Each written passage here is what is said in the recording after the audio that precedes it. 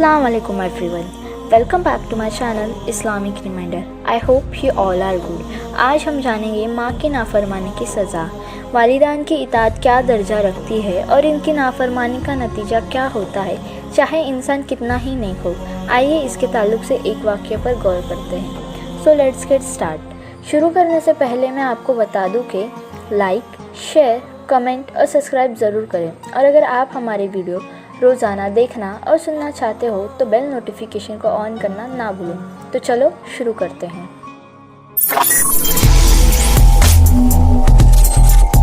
Welcome back to our channel Islamic Reminder. औज़ु बिल्लाहि मिनश्शैतानिर रजीम, बिस्मिल्लाहिर रहमानिर रहीम।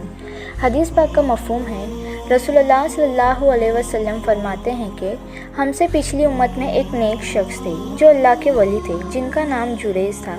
उन्होंने एक गिरजा तामीर किया था और उसी में वो अल्लाह की इबादत किया करते थे, नमाज़ें अदा करते थे।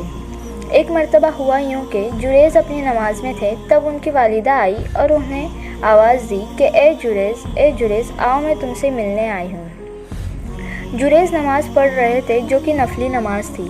उन्होंने सोचा कि नमाज मुकम्मल करके ही वालिदा से जाकर मिल लेता हूँ, लेकिन नमाज ख़त्म होने तक वालिदा नाराज़ होकर चली गई। फिर दूसरी मर्तबा यही हुआ। इस बार भी वालिदा ने आवाज़ दी, ए जुरैज मैं मिलना चाहती हूँ तुमसे। जुरैज फिर अपनी नमाज में लगे हुए थे। सोचा कि अपनी नमाज मुकम्मल कर लेता हूँ और फिर जाकर मिल लूँगा। तीसरी मर्तबा भी यही हुआ। वालिदा फिर आई और जुरैज को आवाज़ दी।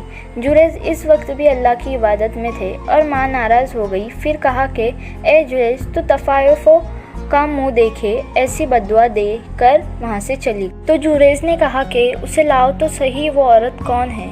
जब उस औरत को लाया गया तो उसने कहा कि जुरैज ने मेरे साथ मुंह काला किया और ये उनकी औलाद है। ये सब इसीलिए हुआ क्योंकि जुरैज की वालिदा की बद्दुआ है और जुरैज को बुरी औरत का मुंह देखना पड़ा। जुरैज ने कहा, ठीक है, मुझे नमाज़ पढ़ने दो। उन्होंने 2 रकात नमाज़ पढ़ी और उसके बाद जुरैज ने उस लड़के से कहा, ए लड़के, बता तेरा बाप कौन है। अल्लाह रब्बुल इज़्ज़त ने उस लड़के को ज़ुबान दी और उसने कहा कि मेरा बाप वो चरवाहा है। उस नन्हे बच्चे के बोल सुनकर लोगों को बड़ी नदामत हुई। उस चरवाहा को सज़ा दी गई और लोगों ने कहा कि ए जुरैज, चाहो तो तुम्हारा गिरजा हम वापस बना देते हैं, वो भी सोने का। जुरैज ने कहा कि नहीं, सोने का नहीं, मुझे जैसा था वैसा ही बनाकर दे दो। सबक पहला, इस वाक़ये में सबसे पहला सबक ये होता है कि एक वली के हक़ में भी माँ अगर बद्दुआ कर दे तो अल्लाह कबूल कर लेता है, इसलिए क्योंकि अल्लाह के पास इनका बहुत ऊंचा मुकाम है। ये दुआ दे तो कबूल, बद्दुआ दे तो कबूल, चाहे आपकी शख्सियत कुछ भी रहे। सुभान अल्लाह।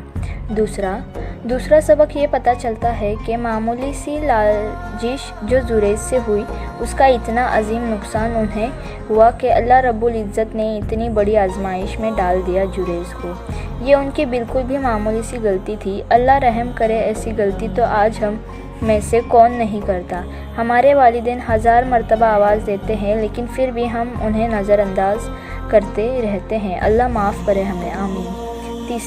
इस वाक़ये से तीसरा और अहम सबक जो हमें मिलता है वो ये है कि नफिल इबादत पर वालिदैन की खिदमत को तरजीह देना चाहिए।